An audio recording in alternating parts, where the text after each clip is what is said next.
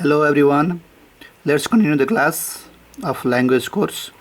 Uh, Step 7. Following structures are also possible. We have studied so many different types of structures in previous episode. Now here two more are here. Subject plus is, am, are, was, were, be, been plus adjective or noun or pronoun. It means if after subject if we use such auxiliary verb, then adjective word can be used, noun can be used, pronoun can be used. For example, she is beautiful. Okay, they are students. Okay, it is they. In this way we can use. Similarly, after object, if there are is, am, are, was, were, be, been, we can use verb 3, but this form is used in passive form if there is object in the beginning. And one very prominent factor is that what is subject and what is object. We must understand about them. Actually, subject and object both are naming words, but subject is such naming word that does action in statement. Subject is generally used in the beginning of a statement, or before verb it is used in statement. On the other hand, object is also naming word that is affected by the action done by subject, or that receive the action done by subject. So this is receiver, this is doer in statement. So we have to understand about this. And this is in passive form. For example, snake was killed by me, like this we can use. Let's go ahead. Now we have studied how to choose verb 1, verb 2, verb 3, verb 4, verb 5 in statement. So now they are the exercise. We have to choose best form of verb which is given in the brackets. Okay, for example, she was. What is the best form of go here? Was. After was we have learned verb 4. So here should be verb 4 form of go. So she was going is correct. Similarly, we will have after have we have learned verb 3 must be there. So you have to put the verb 3 form reached. Okay, we will have reached. So in this way you have to continue all the exercise, and they are not sufficient. You have to create many more and you can continue. You can just complete this in the similar way, and until you feel easy you have to continue. You have to create other so many exercise and you can keep doing. Let's go ahead. Step 8. Under step 8 we're going to study about adjectives, because adjectives also play a vital role while making statements. If we want to describe any object or noun or any persons or things, then adjectives are used. They are used mostly before any nouns or naming word. Some are given here. Okay, very common adjectives must be understood. Let's see here. Beautiful, handsome, good, bad, difficult, well, deep, high, huge, honest, talkative, happy, wise, tall, clear, long, blue, shallow, short, big, frank, shy, nice, angry, clever, vast, short, green, wide, fat, small, lovely, nervous, funny, pretty, stupid, easy, sweet, lavish, narrow, thin, tall, friendly, greedy. So these are very few adjectives. Please, if you don't know, you have to repeat and learn along with it their meaning also. Let's go next step 9. Adverb. Under this step we are going to study about adverbs, because adverbs are also used in statements. If we need to add some extra meaning to the whole statement or verb, then adverbs are used in these situations. Okay, so generally adverbs are used after the verb in statement or at last of the statement. So some common adverbs should be understood.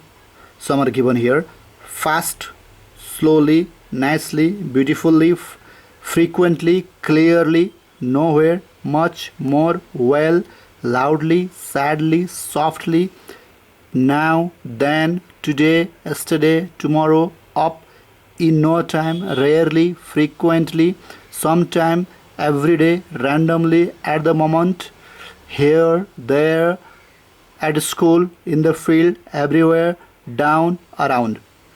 Now one more information. Adverbs are classified here in three parts: adverbs of manner, adverbs of time, adverb of place. So these all the adverbs shows the manner or methods. Similarly, these adverbs show the time. Similarly, these adverbs shows the place. Okay, so according to requirement in statement, we have to choose and use adverbs. Let's go ahead. Step 10. Now from step 10 we're gonna study about meaning of statements. So it is not sufficient that if we learn how to form a statement. For example, he has gone, he has been going, they were studying, we know, but we should be able to understand the meaning of statement also. So this sentence meaning 1, sentence meaning 2, 3, 4 will help us to understand the meaning of statements. Okay, let's go gradually one by one. Situation. In these three situations we have to use subject plus singular subject plus verb 5 form, or plural subject plus verb 1 form, or simple present tense we can use in this situation. For example, if we want to use for regular action, suppose we go to college every day. Okay, if we do any action regularly as a routine, then we have to use in this form.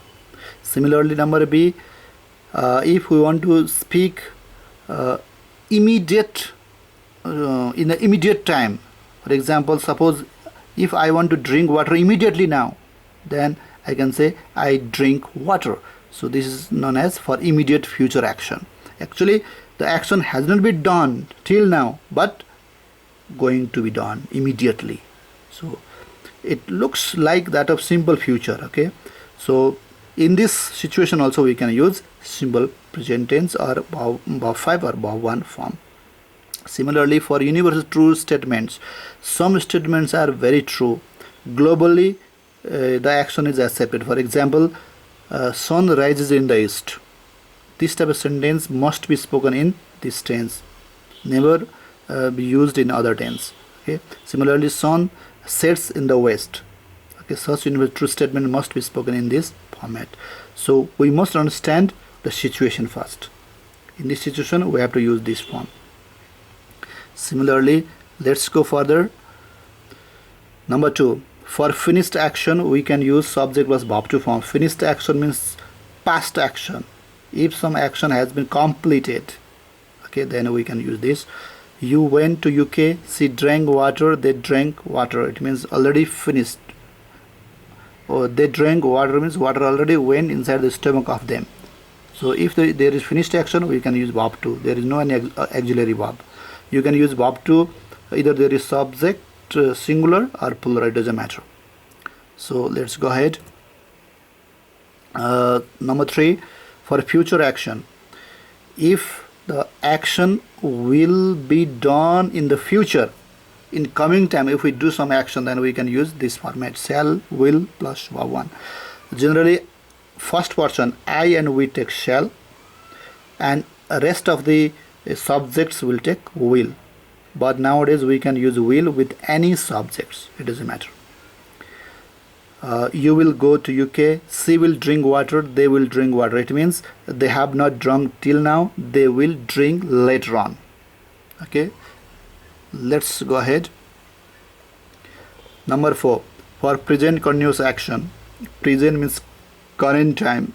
If some action is going on now at the time of speaking, then we have this format. So after subject we must use is, am, are. One of them we can use, and verb 4 form we can use. Okay, if there is singular subject we can use is. If there is I, then we can use am. If there are plural subjects, then we can use are, and verb 4 must be there. For example, you are going to UK, it means you are going now. She is drinking water. If you see, she must be drinking now. They are drinking water means they are drinking now. I am teaching you now at the time of speaking. Okay, so if you want to speak for present continuous action, you can have this format. Don't forget this. These all formats you have to practice until you become speak without looking. 5 number, For past continuous action, if you think some action was going on in the past time, then you can use this format: was, were plus verb 4. If there is singular subject, then you can use was. If there is plural subject, then you can use were. After this, verb form must be there, ing form must be there. You were going to UK, that means yesterday or in the past time. She was drinking water, it means she was drinking that time. They were drinking water, not now, before. Okay, you need to practice this several times, and you can generate so many structures, so many statements, millions of statements with the help of these formats. I am just giving you some guidelines. Number 6, for future continuous action. Future continuous action, it means if some action is going on in the future, in the coming time, then you can use will be plus verb 4. For example, you will be going to UK in the coming time, it means it is not going on now. She will be drinking water, suppose tomorrow maybe. They will be drinking water after 1 hour, like this. Similarly, number 7, for just finished action, it means if some action has been finished just now, just according to the mind of the speaker, if some action has been done immediately, just a moment ago, then you have this format: has a plus verb 3. If there is singular subject, you can use has. If there is plural subject, then you can use have. You have gone to UK, it means you have gone just now. She has drunk water, it means she has drunk, she is not thirsty now. They have drunk water, they have drunk just before they have drunk, some moment ahead. Okay, they have drunk. So in this situation you can use this, and this and verb to form both shows little past action, but according to the speaker, if you think this is just before, then you can have this format. And the subject verb to doesn't compare with any moment. Okay, this is just you can use for the past action. Let's go ahead. 8 number, for already finished action. In 7 number we have learned just finished action. Now here is already finished action.